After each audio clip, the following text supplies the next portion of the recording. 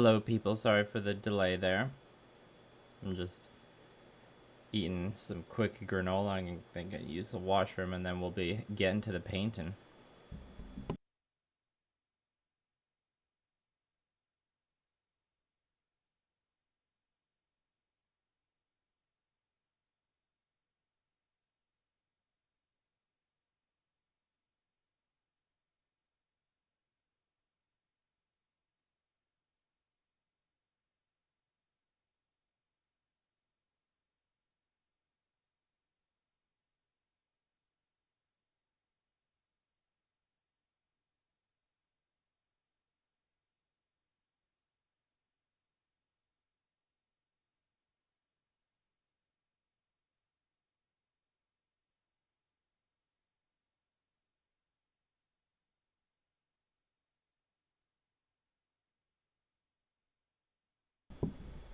Check, check, check.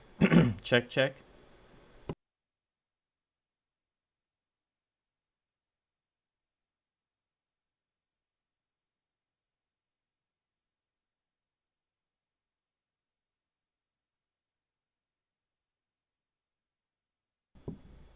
Check.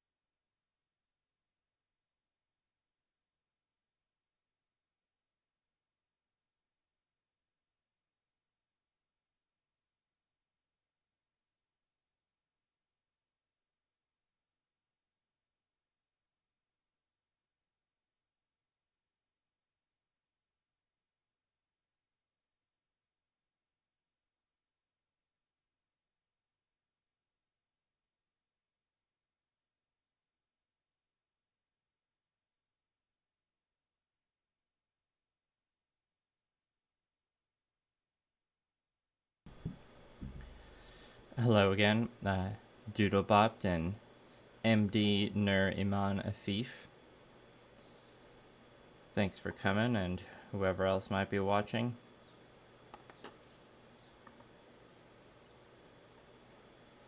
Here's a piece that I did the initial edge highlights on yesterday when I was recording for the video, so I won't need to do any of that in the stream today, the recording that is. And I also did this shoulder piece. Just the initial edge highlights. There's should be 2 more rounds of edge highlights for each piece after this. Oh yeah, and I did the waist here.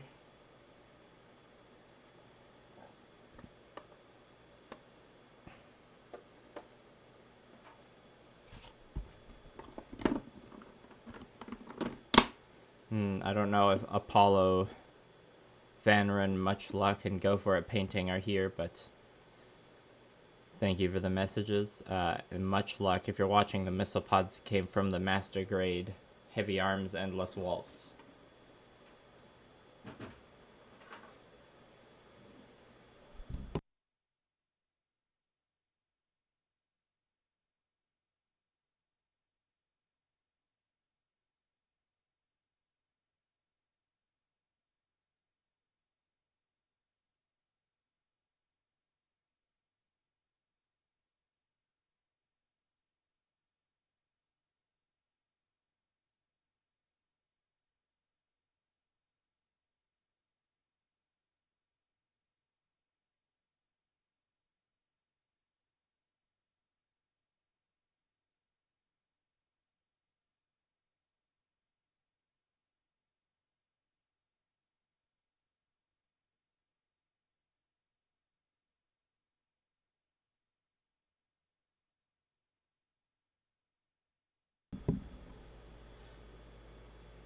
Doodlebop, it's not a mistake. I first added your name when you first joined at the lower tier, and then when you upgraded tiers, I just updated the names for the higher tiers on the stream, and didn't see much point in editing and removing your name from the other one. It's just like the casual patron credit slideshow for the stream, so I appreciate the support, so I was like, what, might as well just have their name on twice. Alright, I'm gonna just go inhale the rest of this granola quick, refill the coffee, use the bathroom, because the apartment I'm in is having a water shutdown today, so I gotta make sure I use the bathroom before we really get into the edge highlighting zone. So yeah, I'll put the holding screen back up and I'll get to painting as soon as I can. Thank you for the patience, everybody.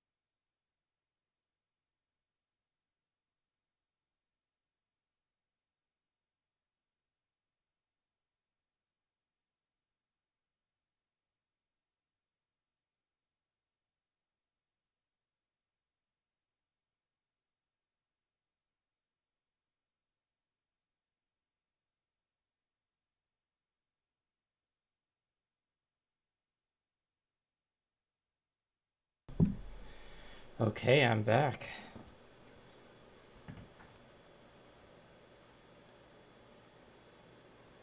Sorry again for the delay, but it's edge highlighting time now, so don't worry.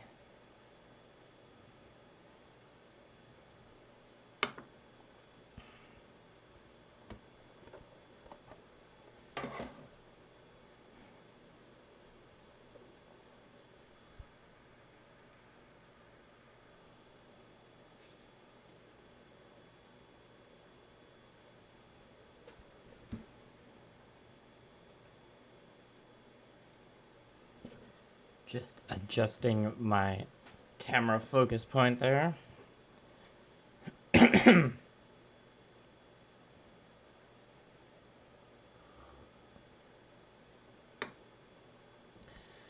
All right, let's which color is most recoverable off the wet palette here? None of them really. Let's just go with black then. We'll go from darkest to lightest. I suppose that makes sense. Could probably just rehydrate the paint that's here. Hello, go for it painting. Thank you for coming. And yeah, I mean, what's easy, I suppose, about painting all these blacks and grays is we're using all the, like, it's all the same three colors when it comes to mixing the highlights for them too. So the black is just mixed with its neighbor color, basically.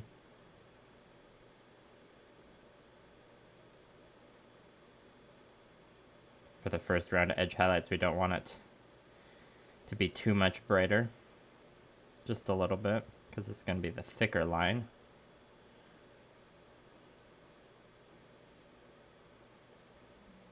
Alright, let's see how much use we can get out of this before we need to add more.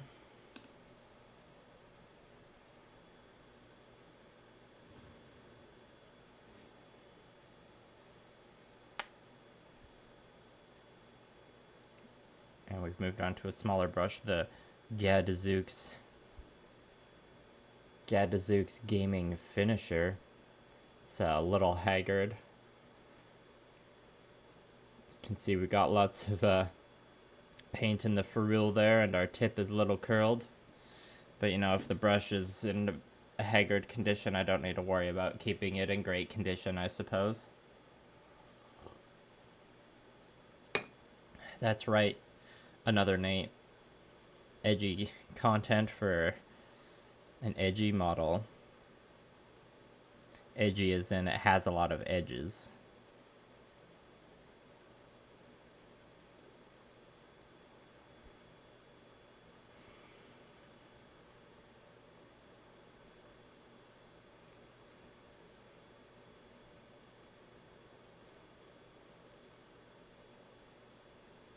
All right, moment of truth.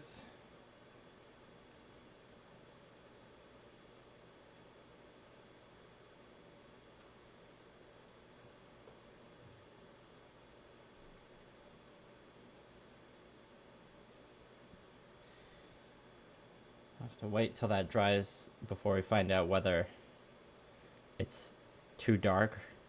It looks like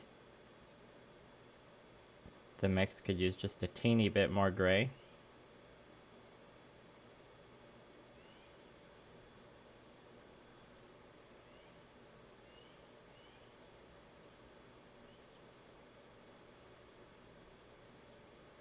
Also, I have my window open, so if the birds chirping in the background get too annoying, just let me know.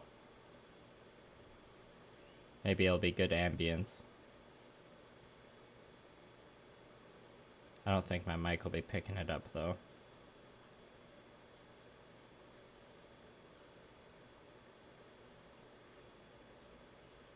Okay, now that these parts are dry, it actually looks like this shade of gray is the correct mix. Oh, I can see an area I messed up in that needs a bit of black. I think we'll be tidying that up later. I don't want to break the flow of these edge highlights. Yeah, just on the bottom of this piece here, I just didn't get full coverage with the black.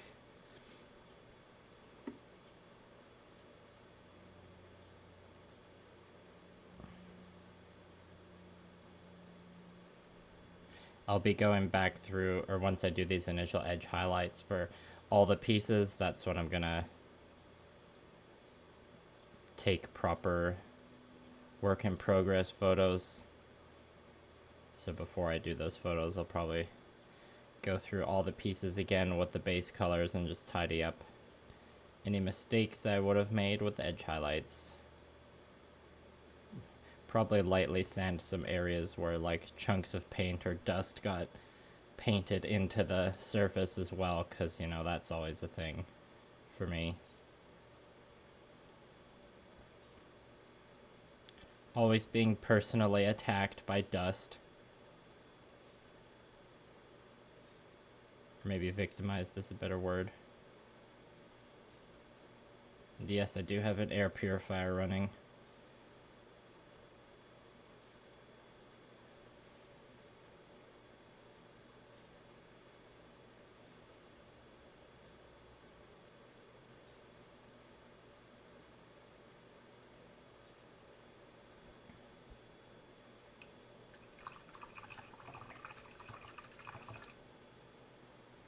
How's everyone's Wednesday going, by the way? It's probably the evening for a decent amount of you. Perhaps the morning for some. Maybe I'm providing that background content when you're answering all those morning emails.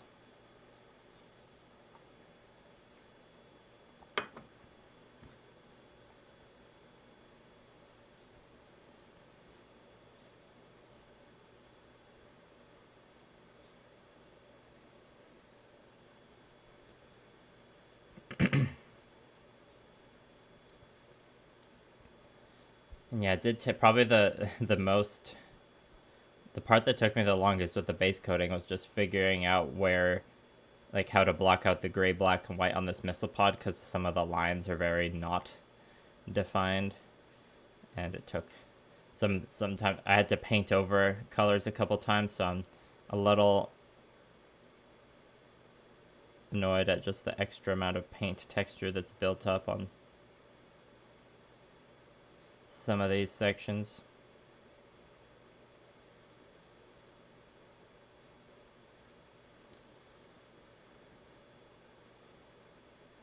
But we'll see if there's anything I can do to mitigate that in the cleanup stage that'll happen after these initial edge highlights.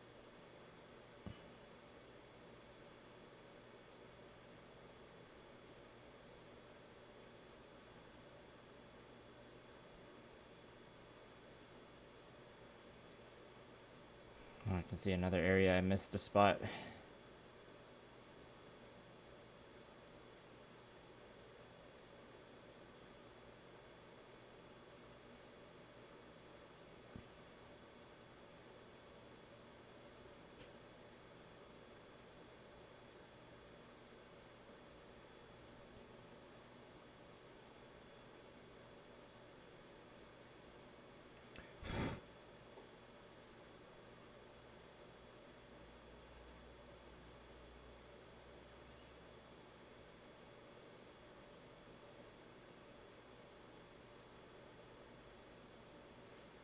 Last night, Blue Parappa and I got to see an anime film in theaters. Anyone want to take a guess as to what film we saw yesterday? Might not be the one you think it is.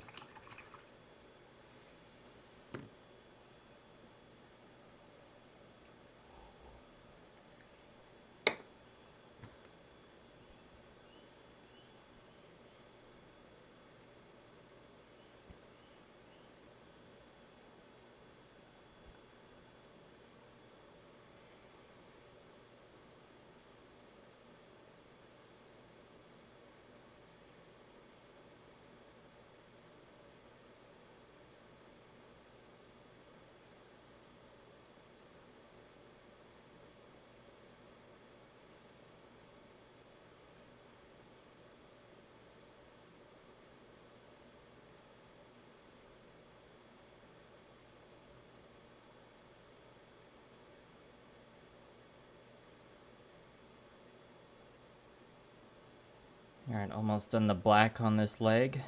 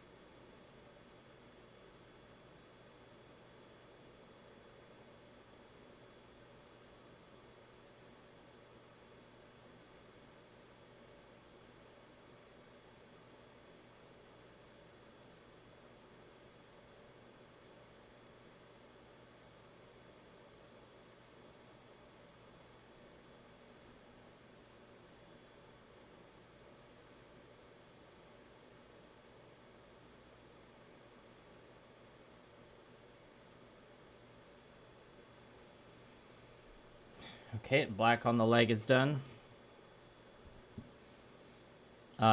Michael Tom's Gold Star, you guessed correctly. It was the Spy Family Code White movie.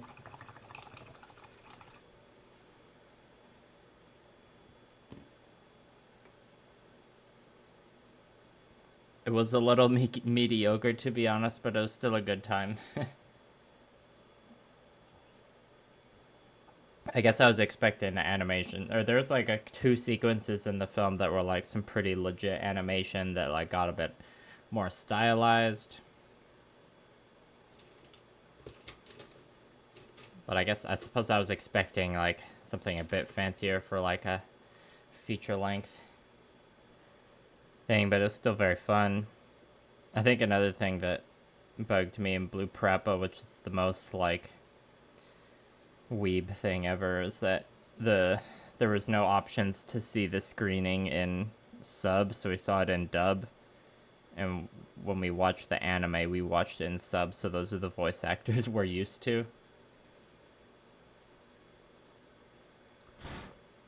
So, with a lot of bias, I say the Japanese voice actress for Anya is better.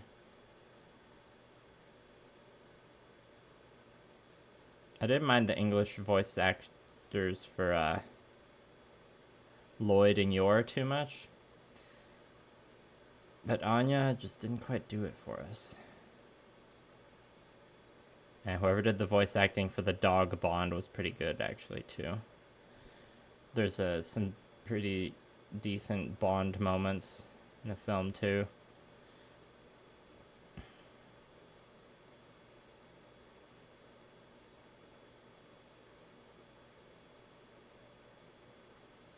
There's a pretty wacky sequence in the middle, or in like the final act, that we're pretty sure was animated by Studio Trigger, which kind of came out of left field.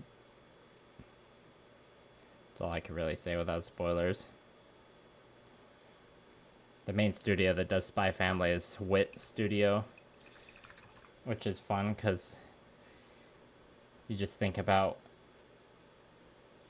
the animators' portfolios being like Attack on Titan and then Spy Family.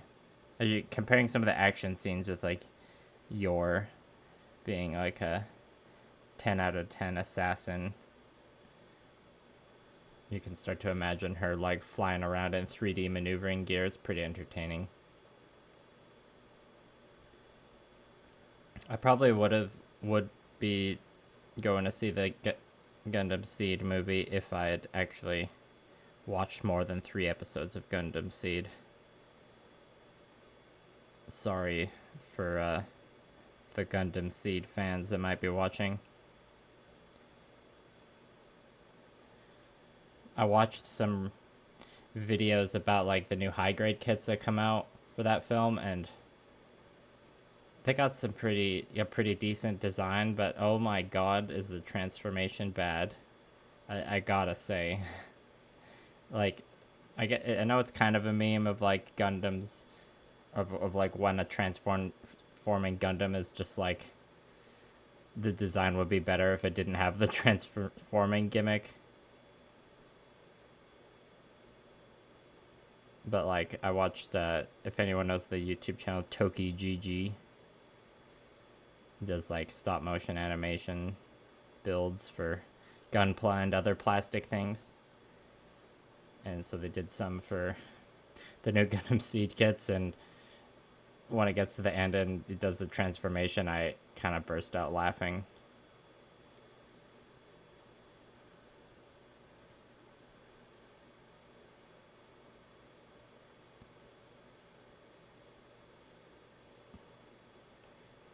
Does anyone have, if anyone's willing to share their opinion on what's a Gunpla, a transforming Gunpla kit that you think has a good transformation? Obviously, I think the Zeta Verka is like a pretty decent transformation for a Gunpla kit. And of course, I always have a soft spot for the Epion because I like dragons.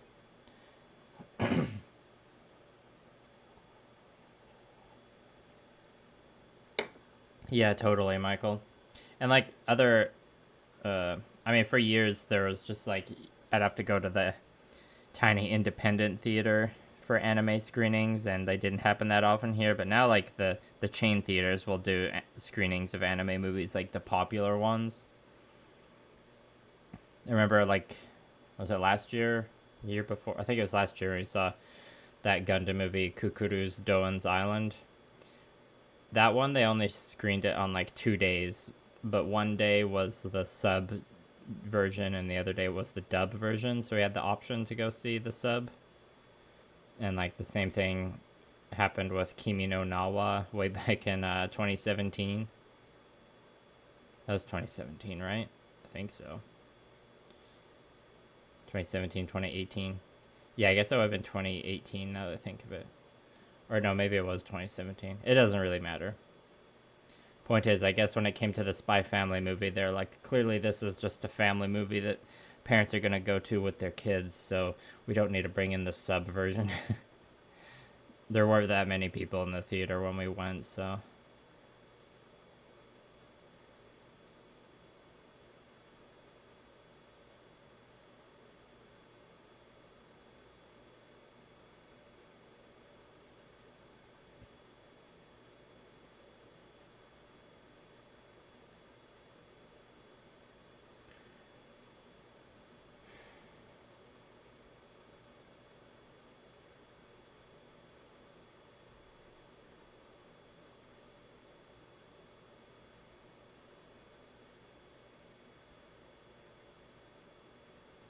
Messed up a bit there. Doodlebop, your Master Grade Sengoku Astray just arrived. Congratulations. Love that design, obviously. One of the first videos that did well on my channel was my my kind of silly video customizing the high-grade Sengoku Astray, which of course has now been revitalized into my Shimazu Astray. Yeah, the Curios, that's a... Curious is a decent transformation.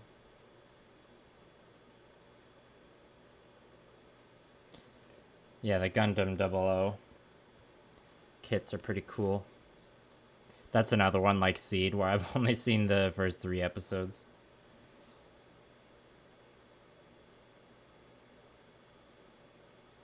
Okay, my one transformation I do like is the Gundam Flauros, aka Ryusei Go from Iron-Blooded Orphans. The one that transforms into its like artillery mode. Obviously that's the that model is like the front and center piece in the stop motion intro sequence that I used on my videos last year. I shot a new intro for the videos this year just because I wanted to I wanted something a bit shorter. So I'm trying to trim off the excess fat on my videos wherever I can. And I got lots of use out of that stop motion sequence. And it just felt like it was time to retire it.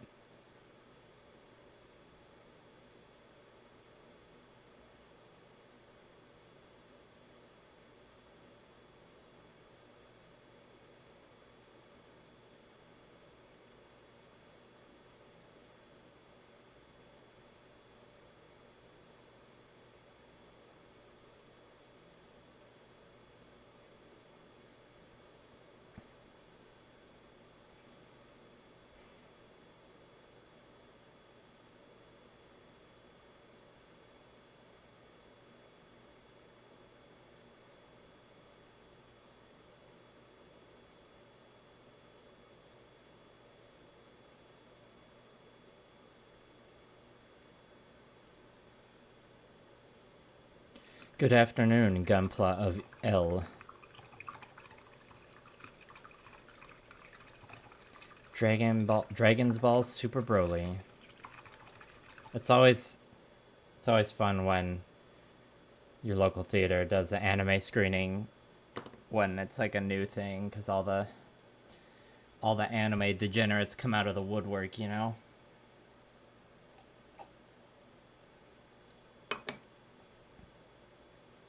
It was in 2019.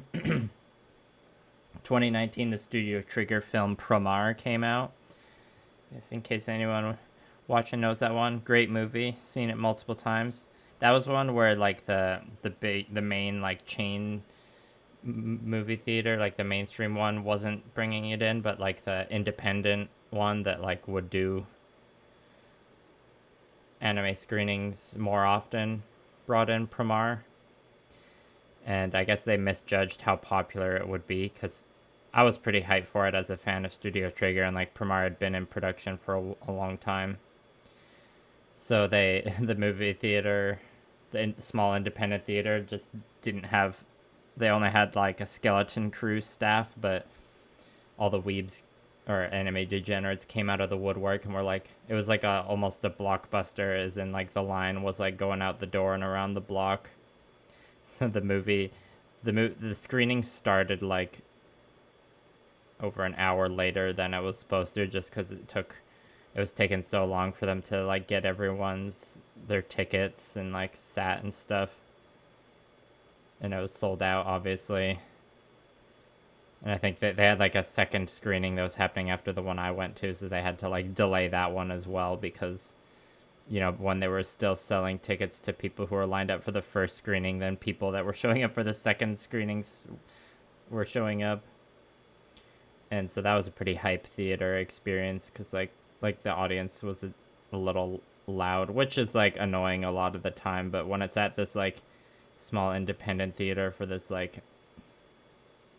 I guess, kind of niche anime film, it's just like, it's like this when you're at an anime convention and if you're used to being kind of like an outcast nerd in school or work or whatever because you're like of anime, and then you're suddenly surrounded by a bunch of other people who enjoy it. You have that feeling of like, I'm among my people.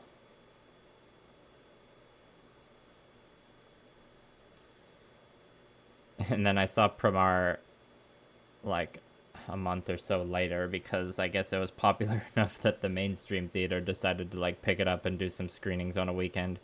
So I went to see it again, hoping there would be like, the crowd would be less loud this time, and the crowd was even louder, and like some people were singing along to some of the songs, which it's like it's not a musical anime at all. It's like a action Studio Trigger movie, so that was like a little annoying. But I can't exactly get mad at people for being hype about it. Okay, black on this piece is done.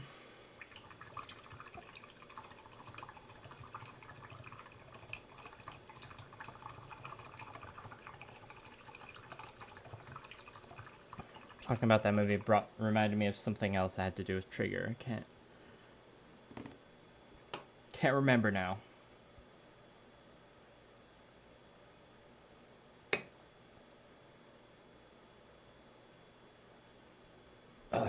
Would I consider using the Ashtray as a tabletop wargaming piece? Well, my high-grade Sengoku Ashtray that I've revitalized into the Shimazu Ashtray, it is on a round base, so technically it's already good to go for tabletop wargaming. I think it's not glued to the base. It might just have poster tack keeping it held on the base right now.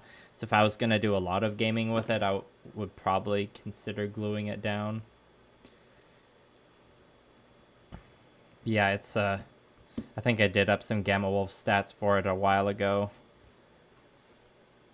It's got a sword, a shield, and then it's got that like on its like shoulders and knees, it's got those like circle details that I painted to be glowing purple. So there's a weapon loadout in Gamma Wolves. It's called, what's it called? It's like a thermal lance, I think. So I figured those pieces could be, because the thermal lance, it's like a short range, high power laser. So I'm like, oh, what if it's like it charges up an energy blast and fires it out of its body in like a concentrated beam?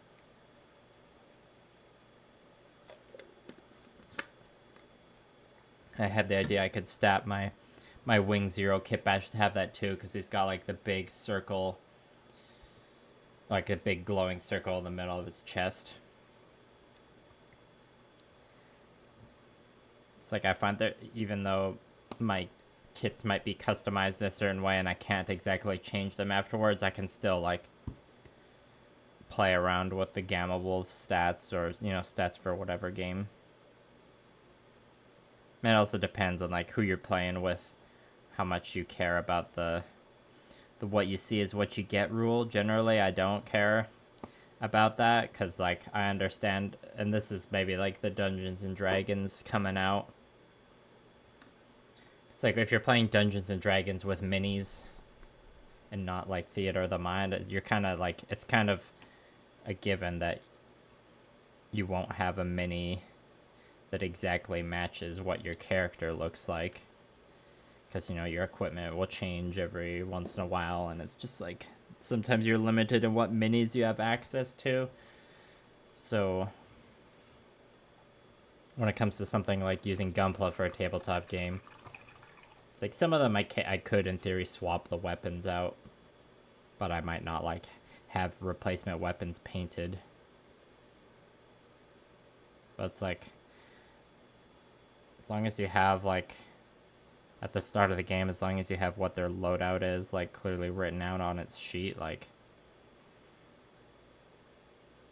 the model itself, the physical model just needs to be like a representation that makes sense.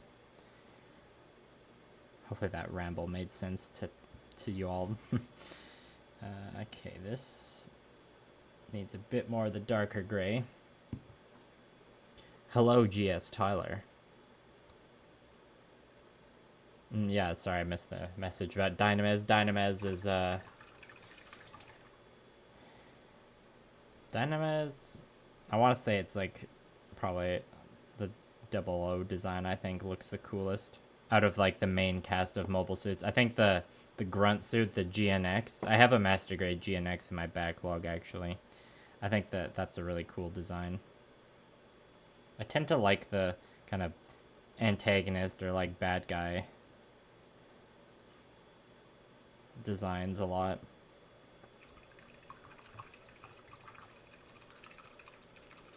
Yeah, I've heard about the I've heard that about the master grade Exia. The first one, perhaps the Quant is better. I'm not exactly familiar with how many variants of the Exia there are, but it's the main one, so there's a lot.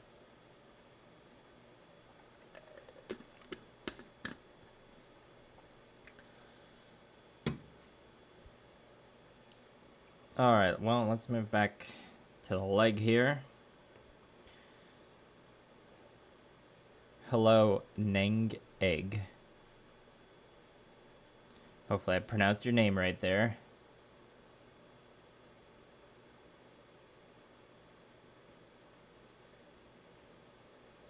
Okay, we're gonna find out whether I mixed this shade of gray properly.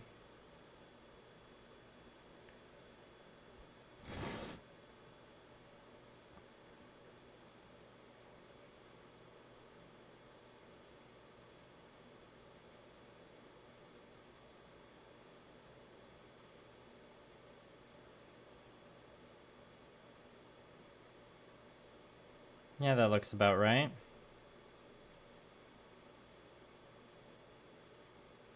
I am remembering now, earlier I said I was going to go darkest to lightest. Oh, no, I'm still following that right now, actually. Okay. Got order mixed up in my head there.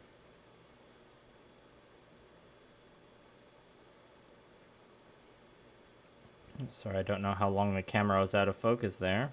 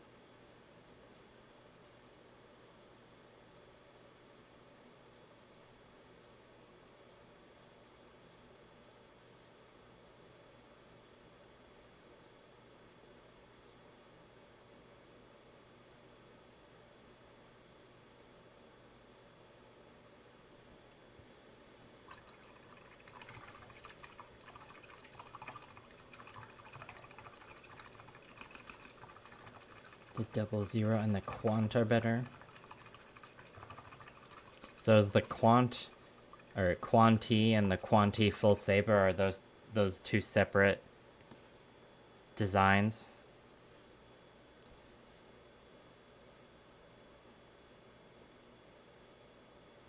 Forgive me for being less knowledgeable about the Gundam 00.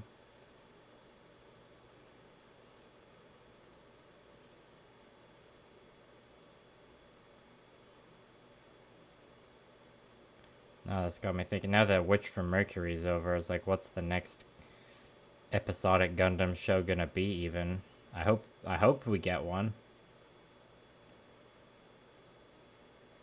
I mean, there's that CGI Gundam film Requiem for Vengeance coming out, but that's not like a mainline anime. And then there's the live action Netflix Gundam, which I don't even think that's coming out this year. So I don't even know what's coming next for Gundam. It would be pretty sad if there wasn't like any show in the works, because Witch for Mercury was good, but they kind of shot it in the foot by making it, not giving it like a full 4 cores like Iron Blooded Orphans had.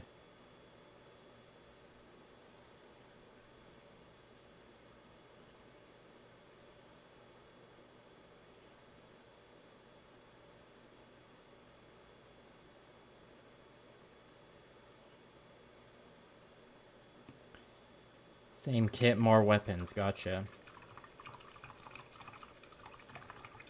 Oh, there is a Witch Season 2 in progress? Really?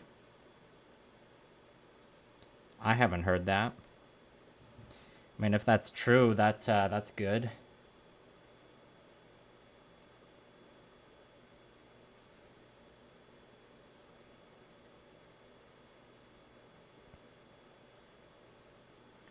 Seemed like they resolved the story.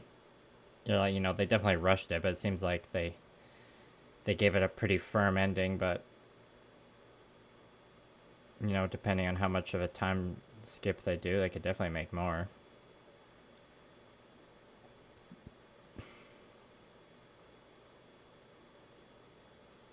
What if it means if I guess I'd be willing to accept that there wouldn't be any new Gundam show until like 2025 if it meant we could get more master grade kits that aren't P Bandai or aren't Verkaz.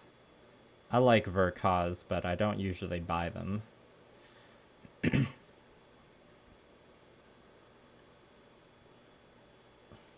Oh, there's gonna be a film or something, I believe, for the Iron Blooded Orphans spin-off Urdur Hunt. I think it might be like a continuation of the plot from that game, because that game it's like a mobile game, so I think it's a Japan only mobile game, so I didn't really ever play it. I don't play mobile games in general, but it did have some cutscenes. I believe the other MC is their username, their YouTube channel. I think they have uploaded the cutscenes from Urdur Hunt. So I think there might be some sort of film or OVA series for that this year. Y'all will have to fact check me on that. Thank you, XeroxEXE. Oh, and Ning Egg, how long did it take me to develop my hand painting skills? Well, I mean, I've been drawing since I was a kid, but at a certain point I stopped practicing drawing and got more into like practicing music and of course painting minis, but I started painting minis when I was 11 or 12. So I suppose that's when it started. But then probably like from when I was roughly like 14 to 20. I didn't do that much mini painting because I was more into other hobbies like music, photography, trying to go on dates with people, and just like working, so I didn't do a whole lot. But let's see, it was probably around 2014. Oh yeah, and Magic the Gathering. I was playing lots of Magic the Gathering. But yeah, around 2014, I started getting back into miniatures games with War Machine Mark II. Sold a bunch of my like valuable Magic cards for store credit to like buy into War Machine. And that was when I started getting back into painting, and I've been painting fairly regularly ever since then, so technically I've been like practicing painting models with a brush for, say, like technically around 20 years, but in practice it's more like 15 years.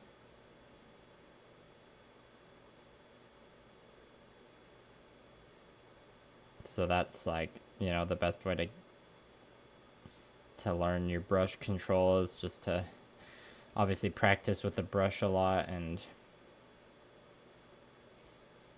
you know, the painting a lot of Gunpla makes you good at, or like I'm trained at following the edges of a Gunpla model kit. Because I'm used to painting a lot of them.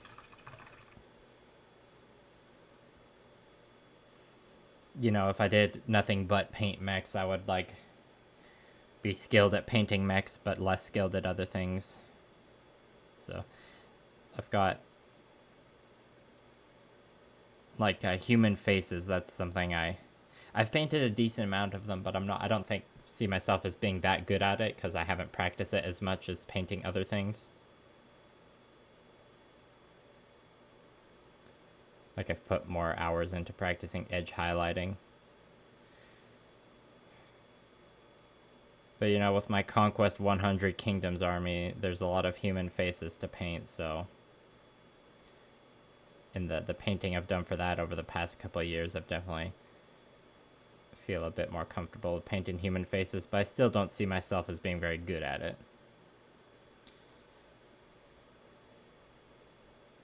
I'm much more comfortable edge highlighting a mech.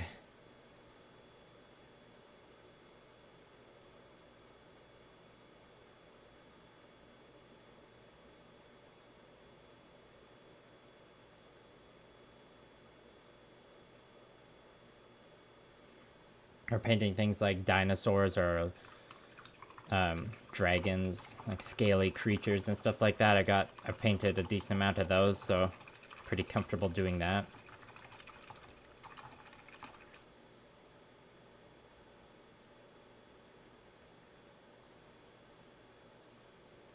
Alright, thanks for the info, Doodlebop.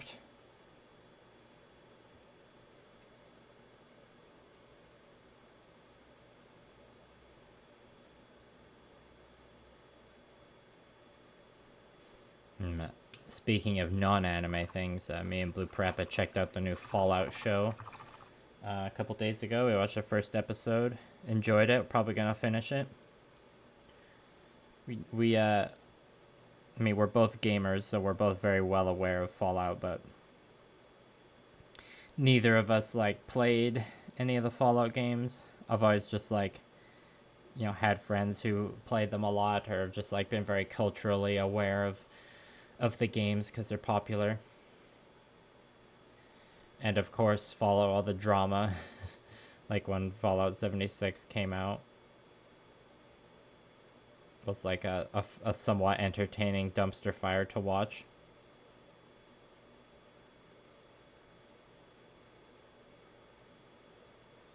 I remember when Fallout Fallout New Vegas came out. A bunch of my friends were pretty hyped for it.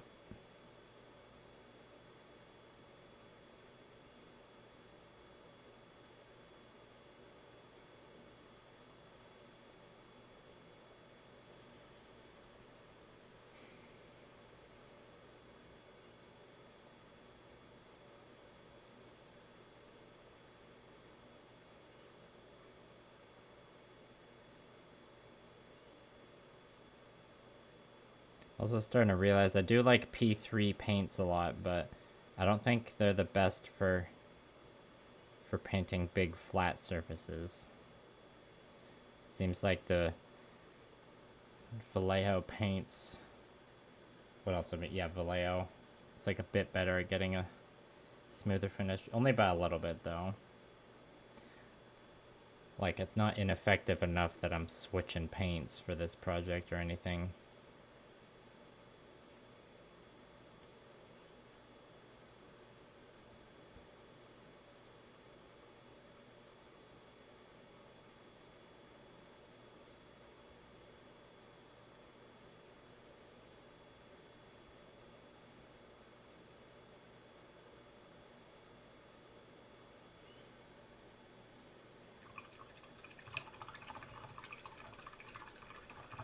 Thank you, Gunpla Val. I appreciate that. I think that's why people notice me in the first place, is because I don't paint Gunpla like a Gunpla painter. Really, I paint Gunpla like a miniature painter. I guess that's for most of my time on as a public figure on the internet. That's been my gimmick.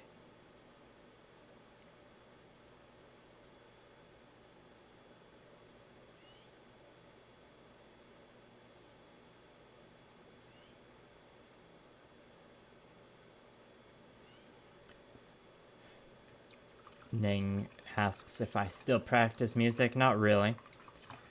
I'll occasionally noodle on the guitar every once in a while, and still very much appreciate music. But I wouldn't say I really practice anymore, and I haven't for years. I stopped playing music seriously like over a decade ago.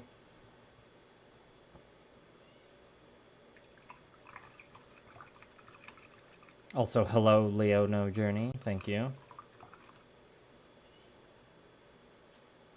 USA Libertarian, hello. Your girlfriend asked you what you thought about Fallout, and I said, well, stick it back in. Ba-dum-ts.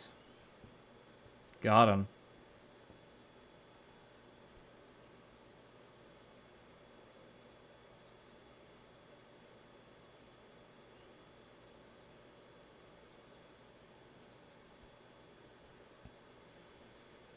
Do I coat my Gunpla after painting? Yes. I coat everything after painting. I am not a fan of damaging the paintwork. Even though it still happens sometimes, especially with the metal minis I've painted.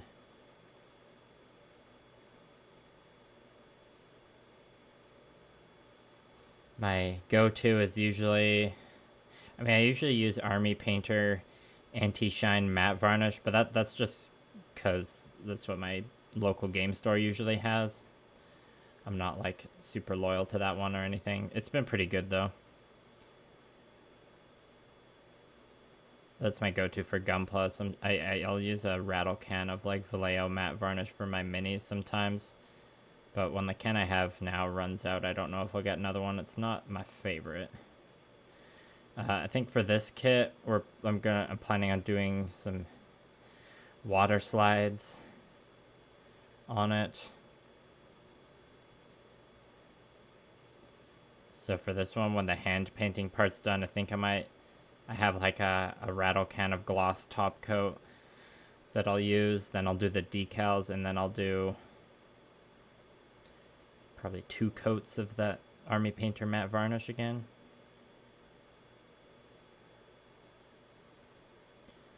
But yeah, for me, always top coating. I understand I talked with one guy once who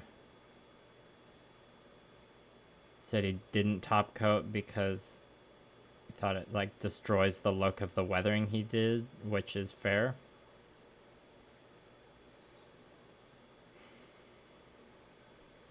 But that wasn't for a hand-painted kit. With these acrylics being so fragile, I don't ever see myself not top coating.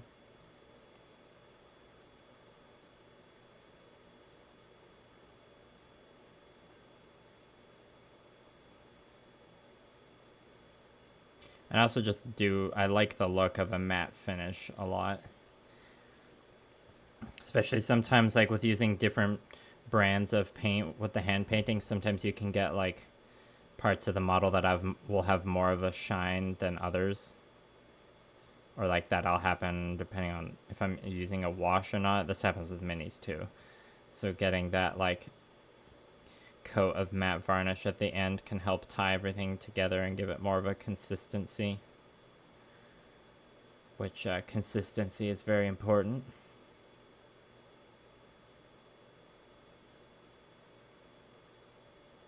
And also reducing the shine with a matte varnish can help with photos a lot too. But of course, if you put too much matte varnish on, then you can get that kind of like fogged up look, which is no bueno. Hello, Rox D. Sebek. It's going well. Yeah, it's the Army Painter wet palette, the standard size one.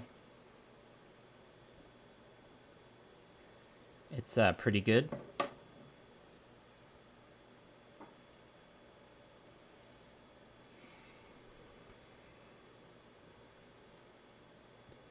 I find the hydration or like special sponge it uses is it's great when it comes to actual painting. When it comes to like maintaining it and cleaning it, it's a bit more of a hassle than just like a regular sponge that cheaper wet palettes might use. One thing that annoys me about the Army Painter wet palette, so it's got this underneath the lid, there's like this kind of spot where you can put your brushes and stuff. But my brush doesn't doesn't fit here. It's meant for like, I guess it can go here, but I have some other brushes. Does this one fit? Okay, yeah, some of them can fit. Usually I don't use this because it's like...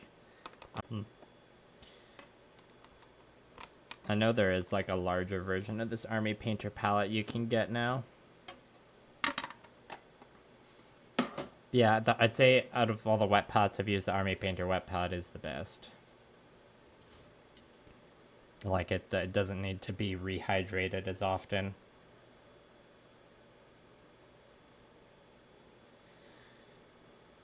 The wet palette I used for years that I started with was the P3 wet palette. And that one was pretty average.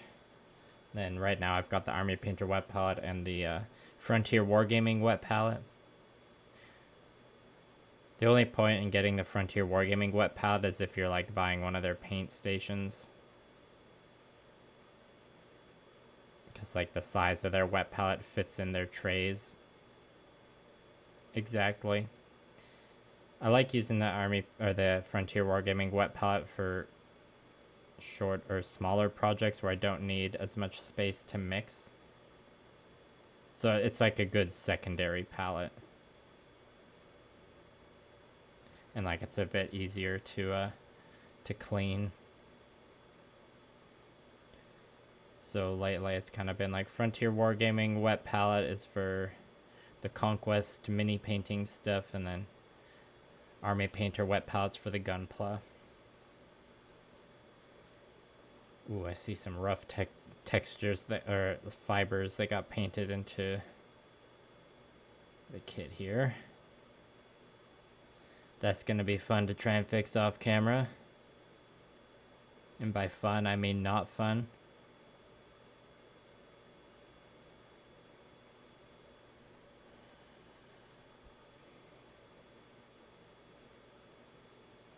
Kind of used to it by now. It's just one of the things that happens with hand painting. Perhaps it wouldn't happen if I was painting in like a lab vacuum sealed environment. Like, I'm thinking of a video I watched where it was like a tour of the Fujifilm lens factory where they have like, they're employing every modern technology available to keep as much dust out of that room as possible, and like everyone's wearing full like body suits. And there's, you know, like vents everywhere sucking out that dust contaminated air or filtering it out.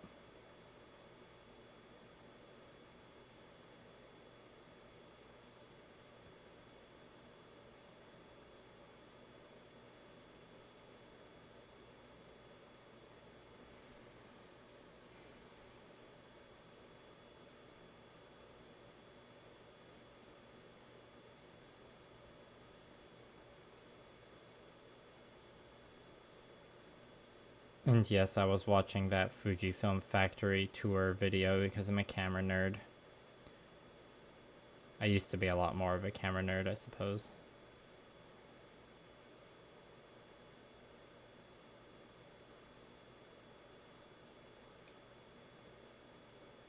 My gear acquisition syndrome isn't as bad as it used to be.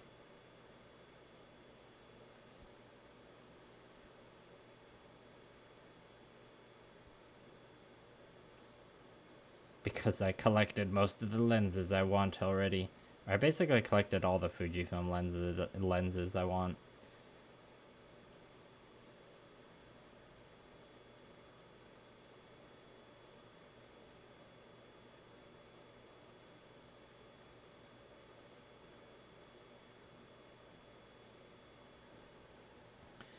Okay, I think we got the gray on this leg done now. Onto the torso.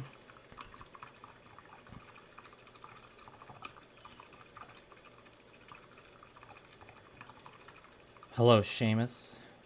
You just starting Gunpla? Only done a couple high-grade kits. That was a little subtle burp I just did there. I should have announced that more. Let's up the burp counter. Now I got the hiccups, excuse me.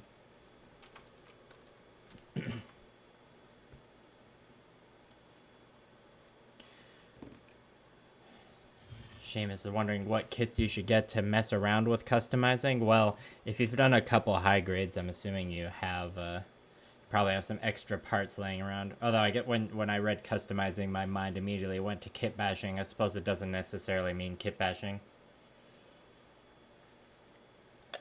But definitely go to the dollar store, get one of those cheap a cheap like parts organizing box. The kind of like plastic tub with like the dividers. So you can start just like clipping out and saving your extra bits. Start your own kit bashing pile. Yeah, what kit you should you get? I mean, if you're like really nervous about starting to paint, you could always like pick up a cheap entry grade or SD kit to just like practice on something where like if you mess it up, it doesn't really matter too much. If you've never done any customizing, like don't like take baby steps with it. Like, you know, if you wanna try scribing, just like focus on just that for a project. Don't be like, I'm gonna do water slide decals, scribing, and painting like all at once. Like try and focus on like one new technique per project, maybe two. You know, because like panel lining isn't too fancy. Although if you've never done any painting, you might be better off just like buying some panel liner and like doing that first. Like start with basic customizations. You don't always need to paint a kit. Sometimes like just some well done sanding, panel lining, maybe some decals and a top coat. That can really do a lot for a kit. So yeah, TLDR baby steps. Rox has the red grass palette, but you prefer the army painter one. Good to know. Yeah, my local hobby store doesn't carry red grass stuff or pro acryl. I've heard lots of good things about pro acryl, but I think there's one store in my city that carries it, but I don't usually go there. They're a bit out of the way.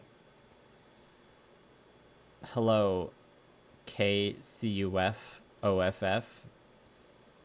Cuff off. I guess that's how you say your name, probably. Will I be incorporating other mecha shows into my army?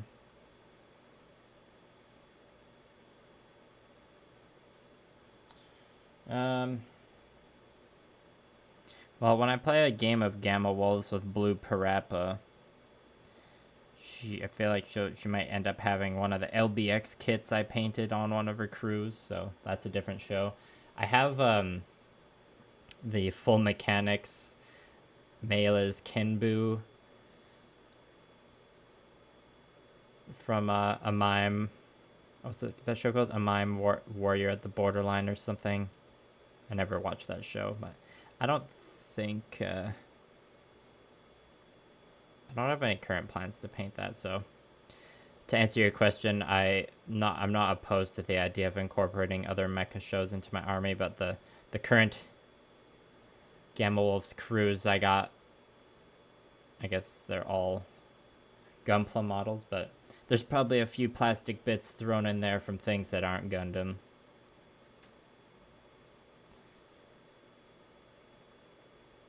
But, you know, I've got plenty of non-Gundam armies for other games. I've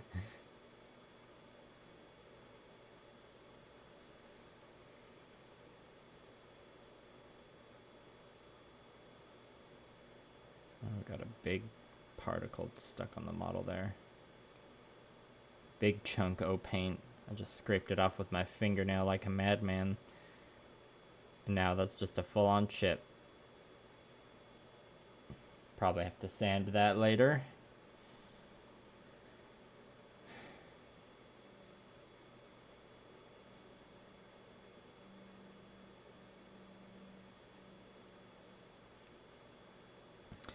Gunpla. L asks, which grade do I like to work with? High grade, real grade, or master grade? When it comes to hand painting, I prefer high grade. Because a lot of the time when I'm hand painting something, it's, you know, like it's mostly getting its pose locked in place and it's getting stuck on a base to be a tabletop gaming piece. And that's just like, you know, master grades and real grades tend to have more mechanical gimmicks that I feel bad locking in place.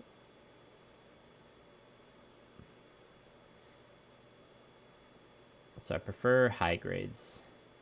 And also, like, sometimes the master grades and real grades have too much detail for hand painting, if that makes sense. And also kitbashing is easier with high grades.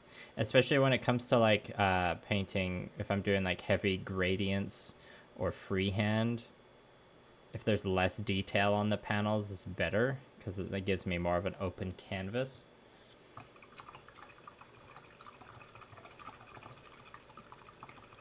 Yeah, and Zaku are goofs. Large blank open surfaces. The Gushin Delanza Kitbash I painted, and even the Aerial were very good to have for those large open surfaces. Obviously, like one of the more well-known hand-painted projects I did was my Goof, which I went pretty hard on the gradients on, and, you know, super happy with that still. But one day I'd like to do another Zaku or Goof style body, but do a freehanding instead of the gradients. Because I do love me some Zakus and Goofs. Oh, whoops. Hand slipped there. Just leave that mistake for everyone to see. I don't think it's going to happen, but we deserve a perfect grade unleashed Zaku 2. Come on, Bandai. I feel like the perfect grade that comes out this year, if we get one, will be, I think there was like rumors about a new Gundam perfect grade, which is like, I'm sure it'll be cool and everything, but me as a Zaku slash goof enjoyer. I'm like, come on, enough with the protagonist mobile suits, fam. We need some of them curvy boys.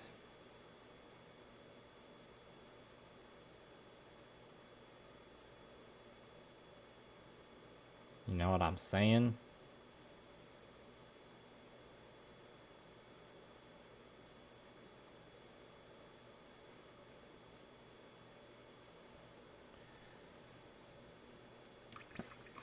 Oh, I see, Doodlebop, you're bringing up the Zaku and Goofs in terms of what you started with for basic customs.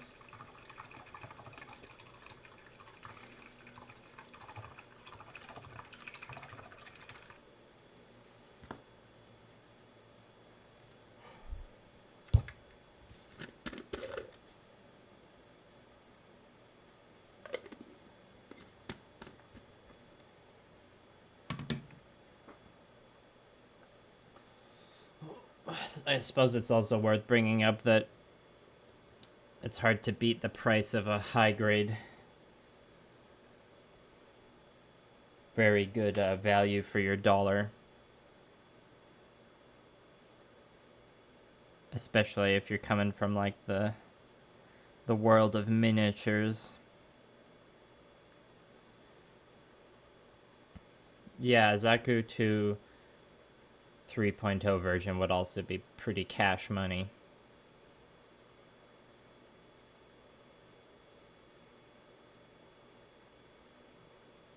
You know, it's just that usual meme of mono eye kits never getting the love they deserve.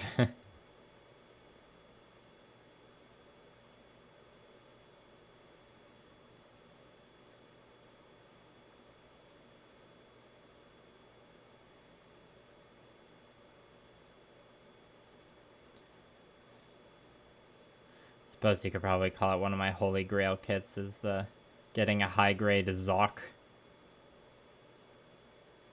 Like to have one of those eventually. I don't think there'll ever be a master grade of that one.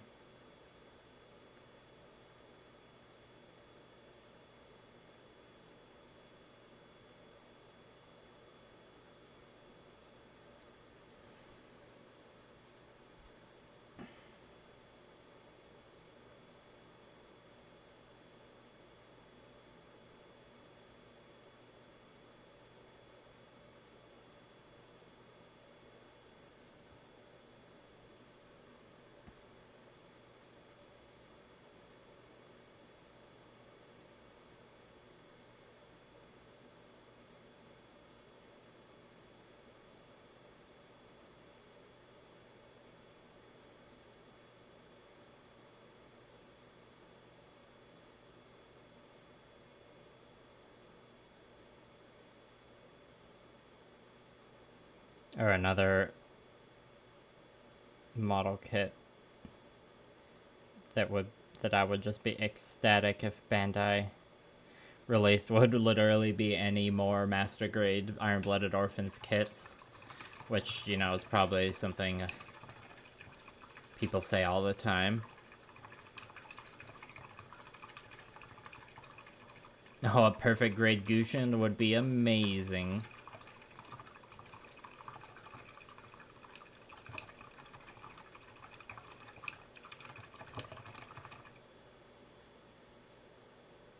Yeah, I mean, obviously I have the high grade Gushin. The 1/100 scale one is hard to get your hands on. If I did see one in a store, I would really want to buy it, but tragically, it would probably be very expensive.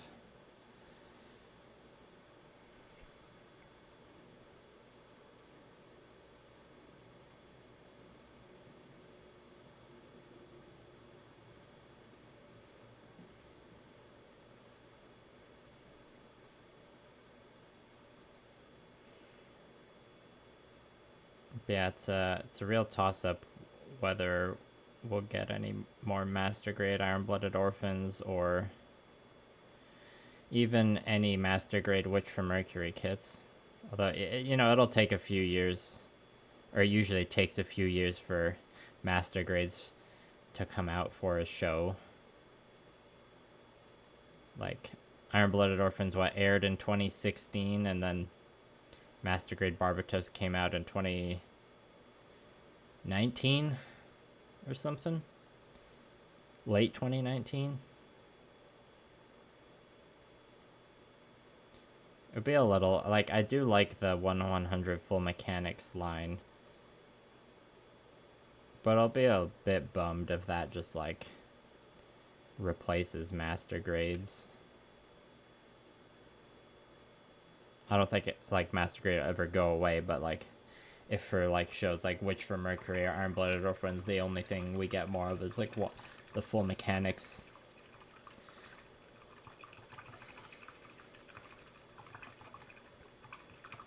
You got your 1/100 scale Gushin for $85 US. That's pretty. Was that in the set where it comes with the Gushin rebake, or sorry, the I think it's called the Gushin rebake. You know that full mechanics set where you get two. Ares tabletop mods, are you gonna record any more Gamma Wolves games with your builds? Yes. I have yes, I got plans for that. Just not ready to talk much more about it yet.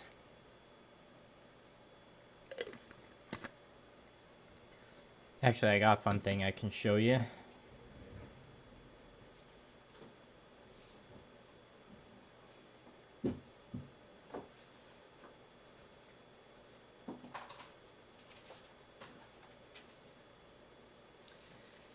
Something I did the other day, speaking of Gamma Wolves.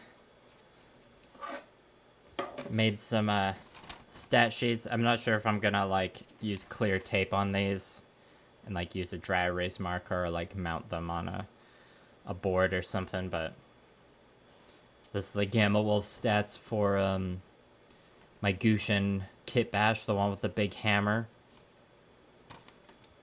And then these are the stats for the thing I'm painting right now.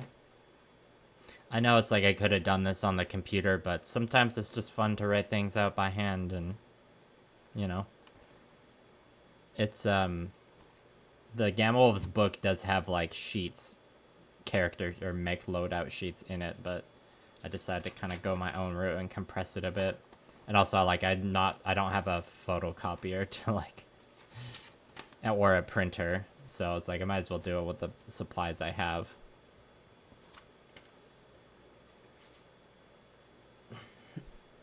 Good morning, large beverage.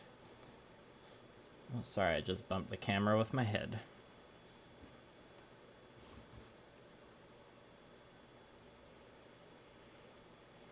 I am glad you're excited, Ares tabletop models. It's not gonna be like the last battle report I did, I'll tell you that.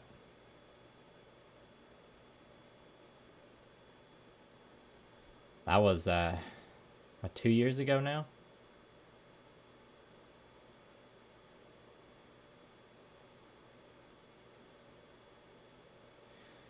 But yeah, I'll have more details to share about that probably when the video for painting this model in my hands right now comes out.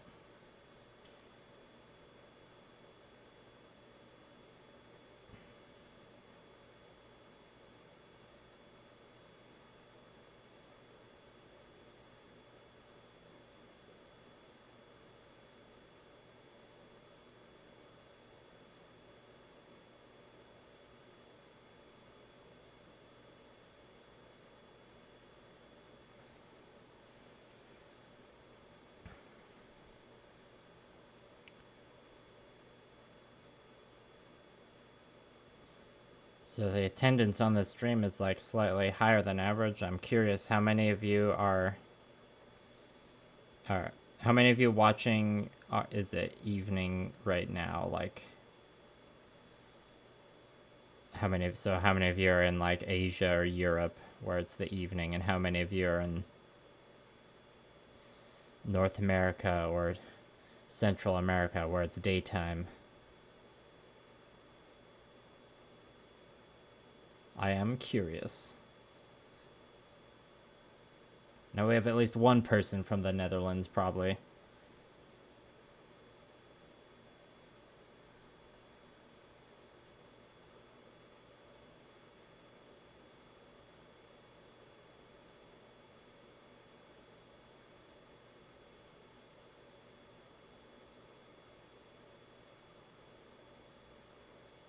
And of course, no pressure to share your time zone if you don't want to.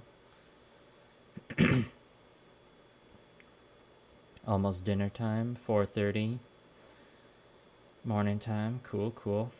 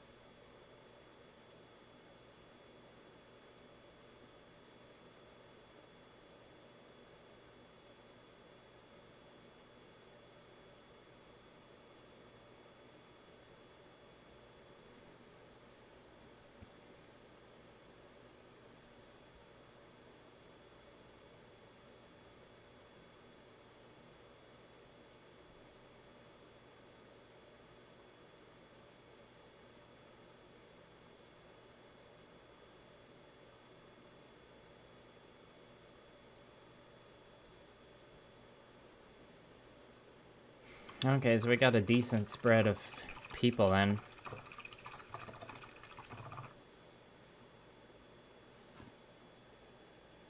I mean, this morning I did start the stream a bit late because I slept through the first round of alarms, unfortunately, and had a bit of PC troubles.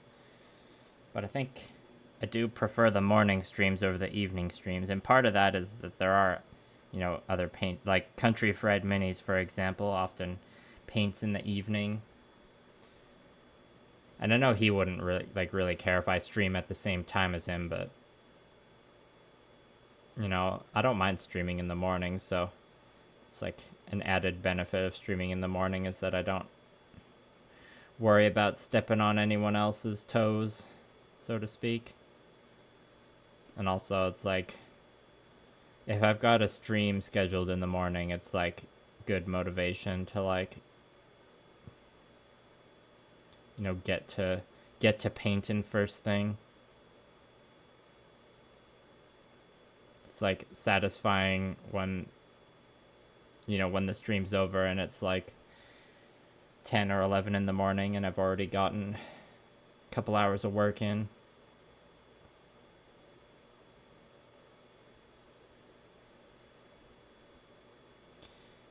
But with all that said, I am still gonna remain a bad content creator and not have a stream schedule. The streams, they happen as they need to happen. Sometimes the painting is more of off camera paint or off stream painting. Sometimes I happen to be at a stage in the project where there's a good chance to do a lot of streaming. It's just how it goes. Hello, Garrett. Oh, Doodle bopped. Kitbash with a bunch of broken Gunpla you bought at a garage sale. Nice. Scrap hazard. That sounds like a fun project. Sounds like a similar vibe to the thing I'm painting right now. It's like this is a kitbash that was started along the lines of like, well, I have all these leftover parts that have been building up over the years of working on all these high grades, so let's make a nice janky leftovers kitbash. That's what it was like originally when I had it in that video last year. It was almost about a year ago to this day. Was the videos called like kit bashing models and something imposter syndrome. And since then, I've given this Kitbash a different head and legs, because I just like the look of them better. So with the exception of the heads and legs, it's a very hodgepodge Kitbash. I'm very satisfied with how this like backpack thruster turned out, though. That was part of the original bash. But yeah, garage sale Gundam for the win. I had a chance to buy a beaten up high grade Kshatriya from a garage sale once. I probably should have picked it up. I think I was just being very frugal brained, which I still am. Or maybe like it was just a little too beaten up where I'm like, didn't exactly feel up to doing all the repairs to it.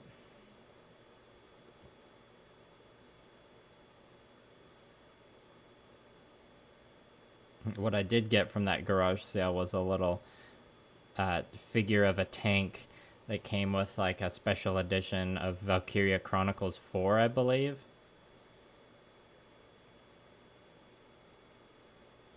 I didn't get that to paint, I got that just as like a shelf ornament because I like Valkyria Chronicles.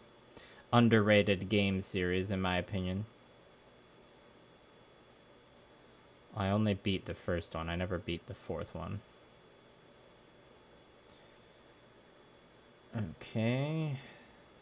So we're done with that gray color. Let's go back to the leg, do the light gray. I feel like by the time I'm done the light gray highlights on both of these pieces, it'll be time to wrap up the stream.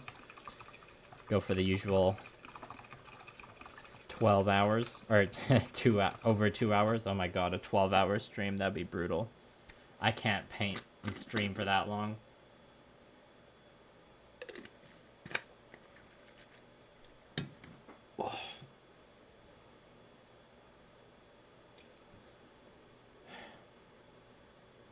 What do I think about 30-minute missions line? I think it's a really good line. I don't have any of them myself. Blue Prep has the Fencer type, Spinatia or something it's called. Yeah, I think 30-minute missions line is great. I'm sure I'll pick up more of it eventually. Just haven't had too much. Or none of them have like really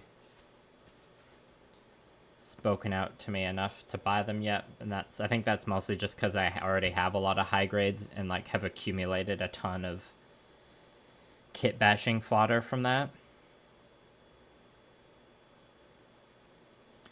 I like how they've got the accessory packs for 30-minute missions that are just like tanks or like carrier units. In terms of the armored core kits, I'm a little curious as to why they're 30-minute missions, because they look different enough. There's like, they might as well just be like its own line of armored core stuff, you know? Like they don't, and I haven't, seen any of them in person or anything, but they just don't strike me as being particular like 30-minute missions. I'm trying to get this chunk of paint off here. Like, you know what I mean? I feel like it should just be like a high grade armored core line. Oh, there's new buttons in the YouTube studio. What's that do? Oh, I can just insert ads manually. Have any of you, of those of you watching, how many ads have you seen? I have it set to like add the ads automatically, so I can make like 50 cents on this stream. I have it set to conservative though. I don't want to like overload y'all with ads. This is my main source of income right now though, so hope you don't mind. You don't need to feel guilty for using an ad blocker though, that's fine. I get it.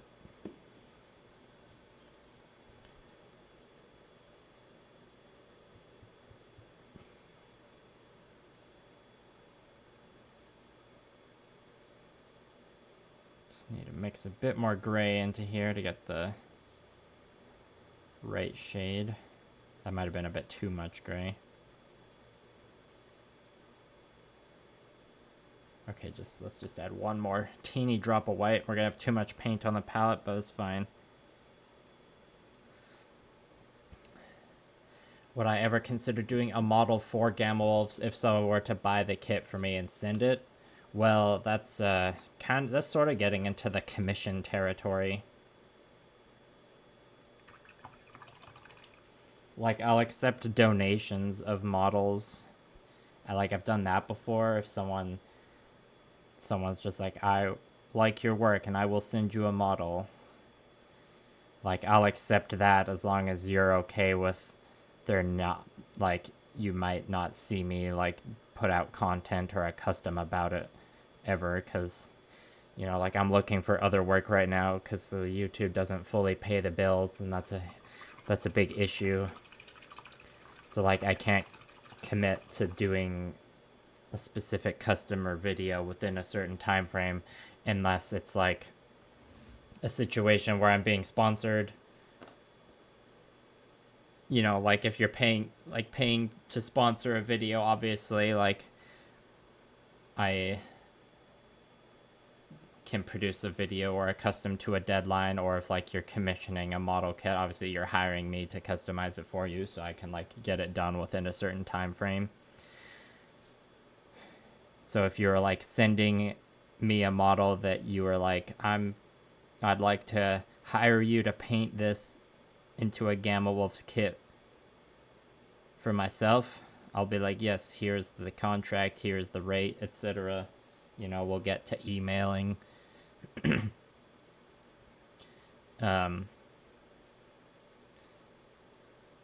But if you're just like, I want to see you customize this for Gamma Wolves, and, like, you're not commissioning me, you're just, like, sending me the model and you want to see me do it. Okay, that looks too bright. Too bright. Like, so if you're just sending me a model kit because you want to see me customize it and you're not, like, commissioning me, then, like, I'm not exactly incentivized to customize it within a certain time frame. And I have to prioritize being able to afford groceries, you know? So yeah, TLDR, the only way to guarantee, if you want to see me customize a certain model kit in a certain way, you gotta sponsor a video or commission me.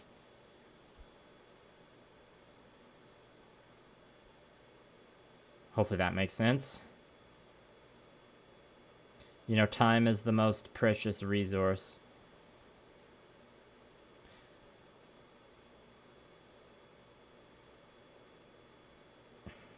And cost of living is very expensive right now. So I'm sure lots of you could present me with lots of great ideas for customization projects. But at the end of the day, I'm gonna do what's either the best option for me to be successful with my work, or to be the most creatively satisfying.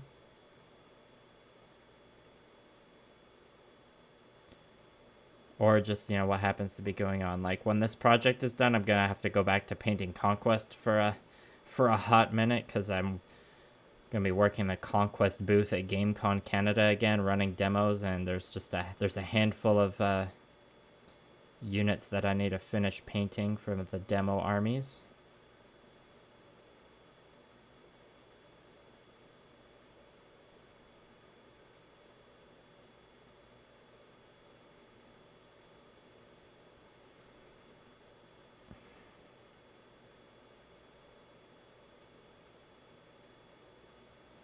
Yeah, the way things are right now, after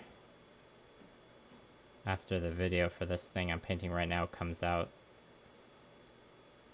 I'm gonna have to go on this sort of forced soft hiatus just because I can't pay my bills, and we have to I don't know, get a job at a restaurant or something. Which I've been kind of in denial about for 2 years, it feels like. Denial of the fact that just like model painting content is very niche and not quite designed to like work as like a way to generate a living within the current YouTube ecosystem, just because of the nature of how long it takes and like how niche it is. Some people can break through the views ceiling and get it done.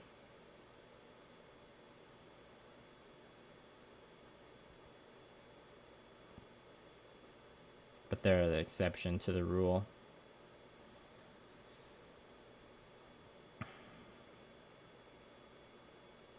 But obviously I do greatly appreciate all the support here on the stream or on Patreon or Ko-fi and all that.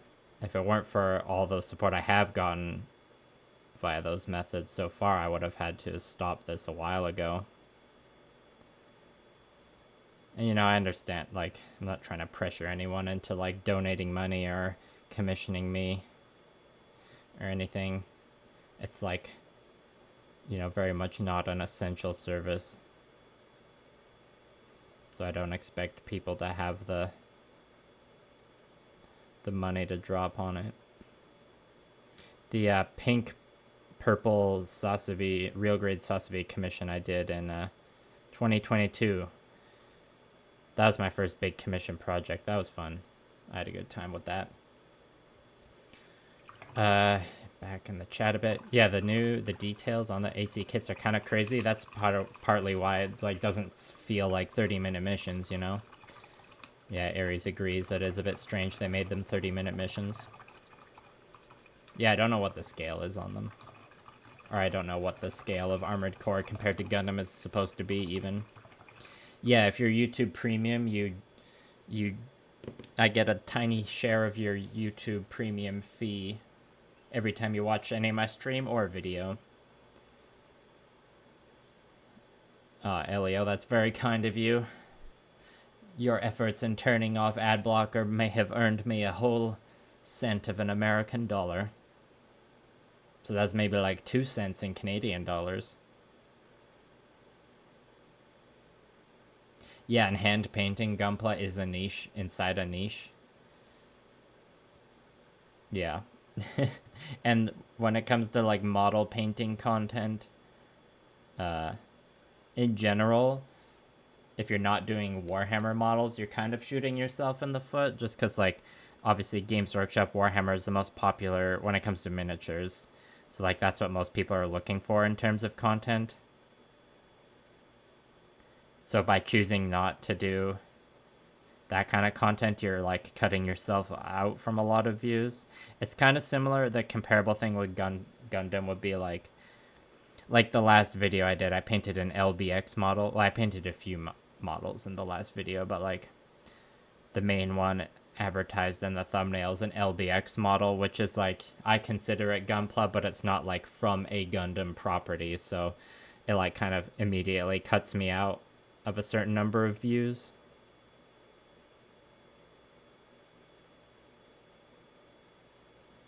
Because a lot of people are like just only interested in Gundam models in a similar way as like a lot of people like looking for something to watch on YouTube are only really interested in like Warhammer 40k or Age of Sigmar. So if you're painting a fantasy or sci-fi model that isn't from one of those properties, you're kind of like hindering yourself right off the get-go.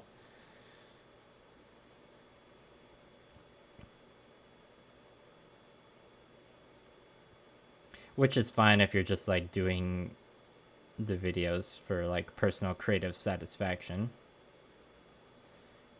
And this is a problem like every games or models company has if they're not Games Workshop. It's like you have to or Games Workshop is kind of like a sales funnel where like everyone getting into the hobby starts with Games Workshop, and then the people that fall off, or the people that like they'll start with the Games Workshop and then like eventually realize that there's other companies out there, or like there's something about Games Workshop they don't like, and then like that's when they like start discovering all the non-Games Workshop companies. A lot of people, or most people, don't like find out about the smaller companies until after like being introduced through Warhammer or Gunpla, you could say.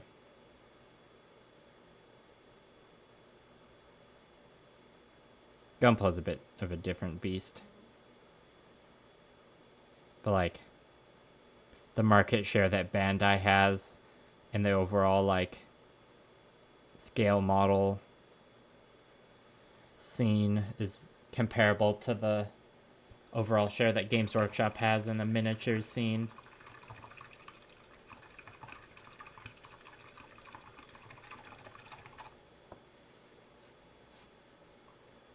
I think overall, well, yeah, I don't know. Bandai is like probably a bigger, or I'm pretty sure Bandai's a bigger company than Games Workshop.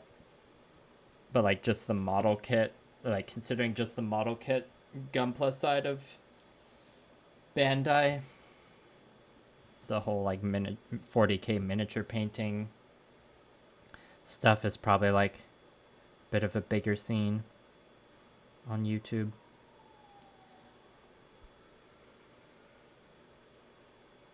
It's interesting comparing the two companies slash franchises, see what they have in common and how they're different. I feel like the white highlight I've been doing on this compared to the other leg is the other leg is a bit brighter.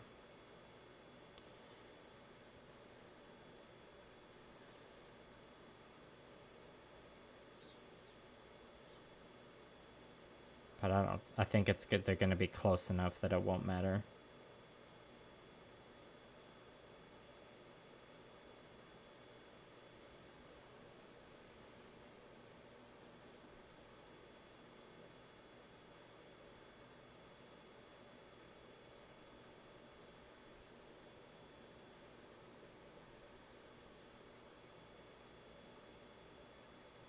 And also, yes, I should probably be wearing gloves for this.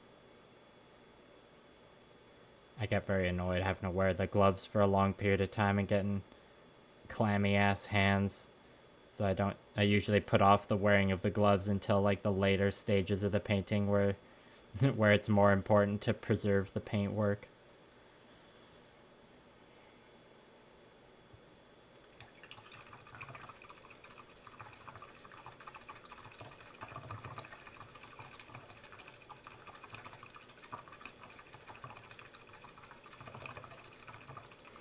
Well, I mean, making things cinematic, I think that's just for any YouTube or like internet content you make. Period, no matter what genre it's in. Like upping the production value never hurts. Can be eye-catching. I don't really watch Studio G's videos anymore for plenty of reasons, which I won't get into.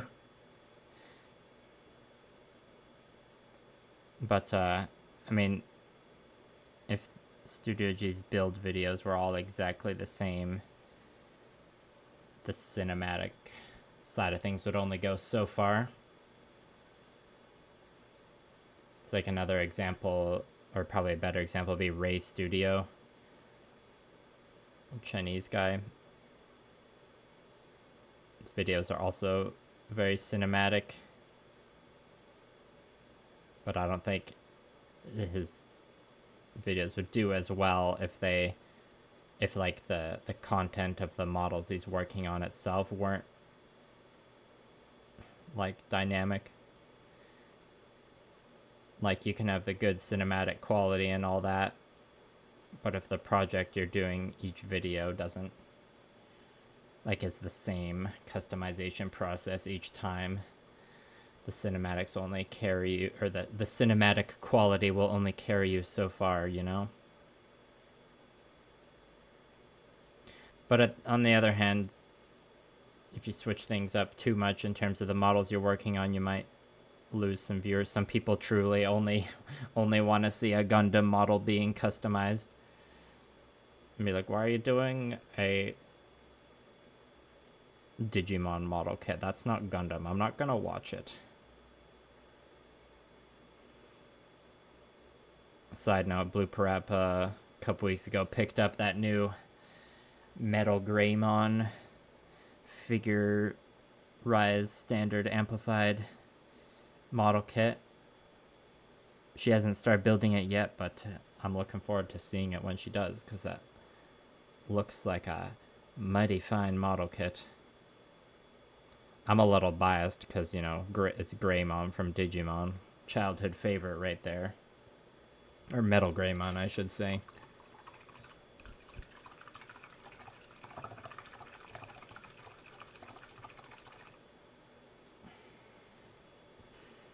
Alright, we're almost done for this stream today. We should break 2 hours like usual. Just gonna finish the light gray edge highlights on the torso.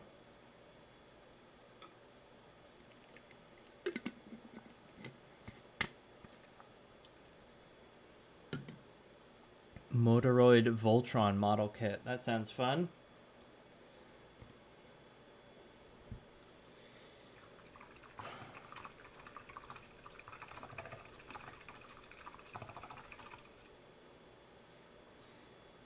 I'm wondering, have any of you, I mean, I don't actually know if the Armored Core models are released yet. Maybe vaguely interested to see if, like, you know, what customizers out there do videos about Armored Core model kits and, like, comparing them how they do, or comparing how those videos perform to, like, the typical Gunpla fare.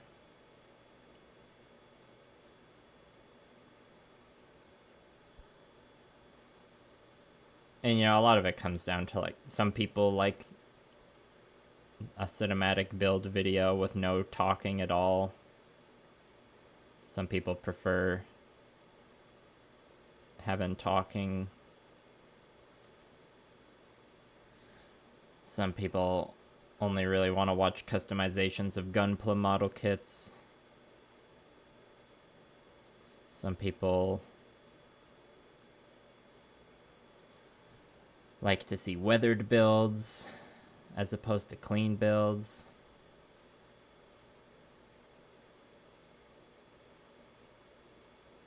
And the problem with YouTube and all this is that the way the algorithm kind of works is it wants you, or like as soon as one thing pops off, kind of wants you to stick to it and do nothing but that one thing just over and over again, which kind of goes against how, like, art and creativity works.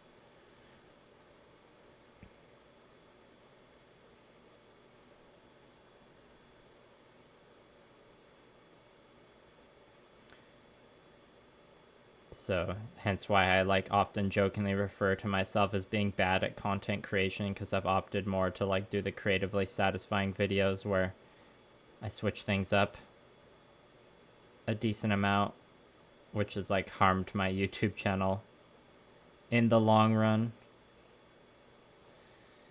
But if I had, like, gone fully hard on the algorithm and it and everything, I mean, it's hard to say how things would be different. But I can't bring myself to just have every video be like the exact same kind of project.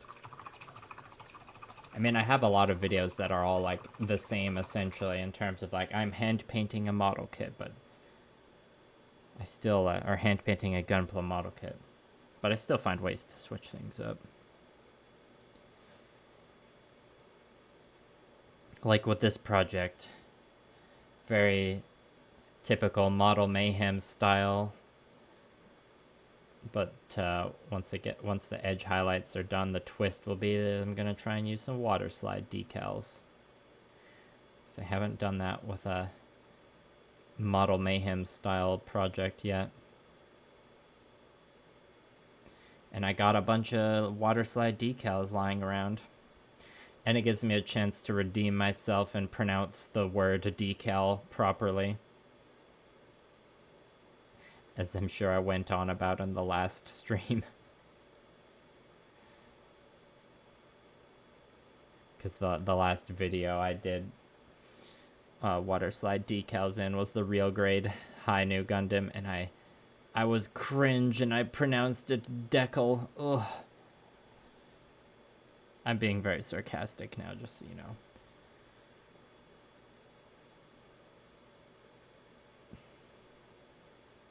Armored Car comes out in August and September. Gotcha.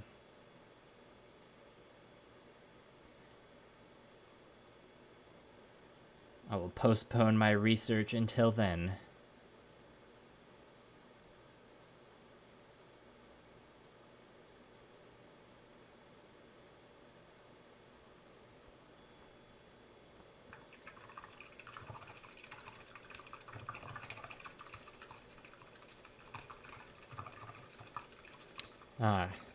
Congrats on trying to make your own Gunpla content, Gunplavel. You have my blessing to post a link in the chat if you like. And hopefully the YouTube bot system doesn't automatically block it for it being a link. We'll see. I'm assuming your channel is called Gunpla of L. Maybe there's a way for me to...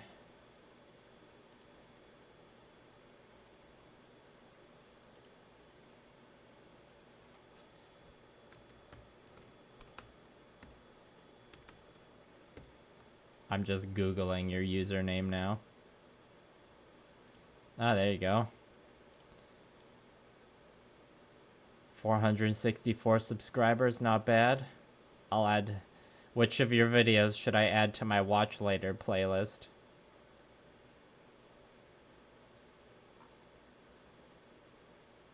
Got some nice consistent thumbnails. Well, I'll just add your, I like the Wing Zero Vercos. I'll add that to my watch later.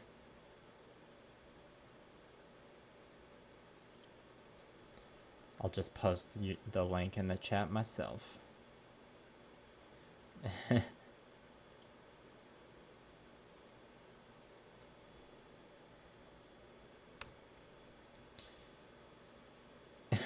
Is it jarring to hear me say dickhole?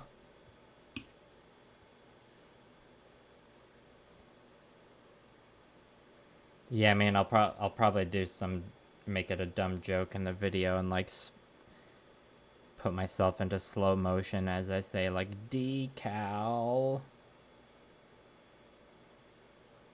Maybe add some reverb and pitch my voice down just to really emphasize. I mean, I said it decal originally because I heard someone else pronounce it that way. But I mean, I watched a history YouTuber a while ago who, like, said the word cavalry wrong and had a bit of a, or they said, what is it, cavalry instead of cavalry. And like cavalry is technically like I think it's like the place that Jesus Christ was born. It's like a completely different word that's just spelt very similarly to cavalry. And this is like a very like successful history YouTuber. Like everyone was commenting about it, but it's like I don't think they care at all. You know, I've watched other YouTubers that's like, you know, they just accept it. Like, yeah, I'm probably mispronouncing stuff. And they just do it anyways. You know, English is a pretty janky language, so...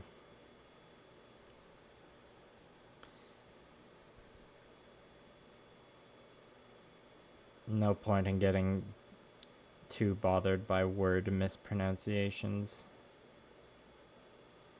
Most of the time, anyways.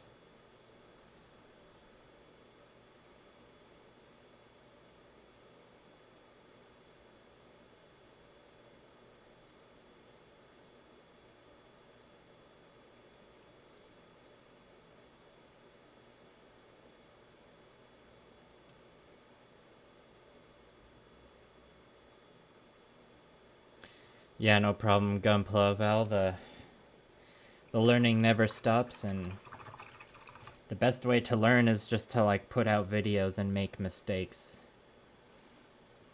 That's how you get better.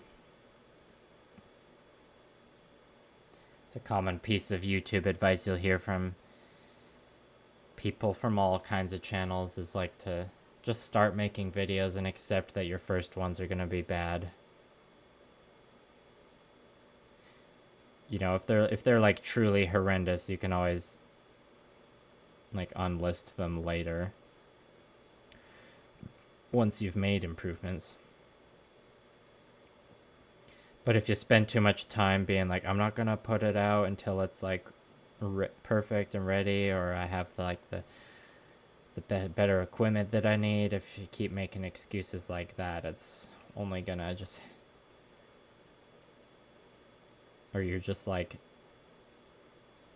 kind of delaying the inevitable. It's like your first videos aren't gonna be perfect no matter what, so you're better off just like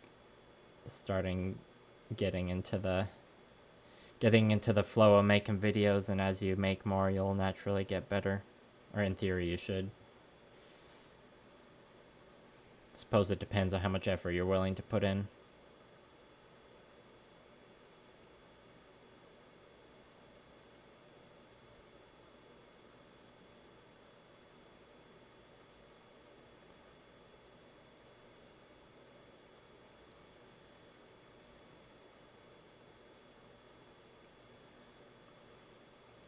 And yeah, it's when you're doing Gunpla content specifically, or model painting content, it's good to recognize that you're like a niche within a niche, and there's kind of like multiple factors working against you in terms of like getting big success or whatever.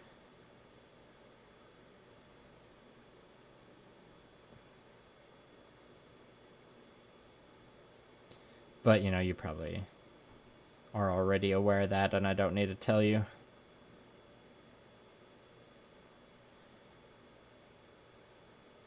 I mean, in theory, Gunpla is only going to keep getting more and more popular, or the Gundam franchise in general. So the views ceiling will hopefully raise accordingly.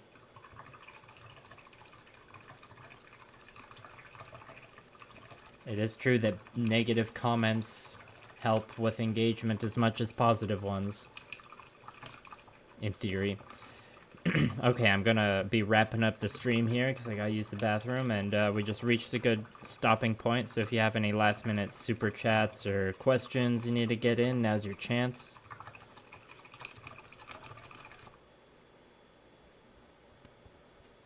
Quickly show off what I did here. These two pieces have their initial edge highlights done. Now I'm seeing a part on here that I missed. Let me do that real quick. Should be, yeah, I can just quickly rehydrate this. Benefits of using a wet palette.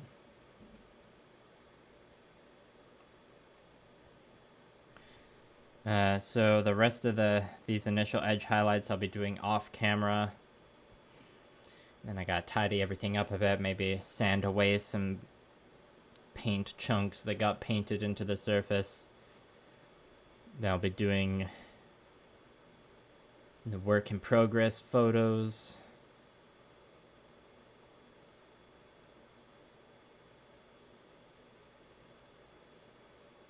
And after that, there'll be the final rounds of edge highlighting and a bit of glowing effects. So imagine they'll probably, I'm guessing, or I'll like give a soft plan here of there'll be at least 2 more live streams for this project. One will be doing more the tinier, crispier edge highlights to finish these grays and blacks off. Should be able to do at least one stream of that. And then I would like to do another stream, or a stream near the end of the project, of doing the water slide decals, because I don't think I've done water slide decals on a stream before. So that's the soft plan. We got a little busy the next coming days. So next stream, I want to say I'll probably on, let's see, it's Wednesday now? Either on the weekend or early next week.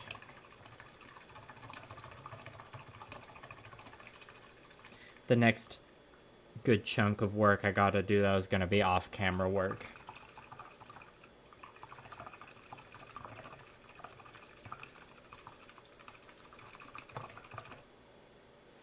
Thank you for the kind words, Gunpla of L. Okay. So yeah, thank you all for watching this stream. It was encouraging to see I was at like over 20 viewers for a bit there. That doesn't always happen. Hope everyone has a great rest of the week, the rest of their Wednesday. And I will talk to you again as soon as I can. Goodbye.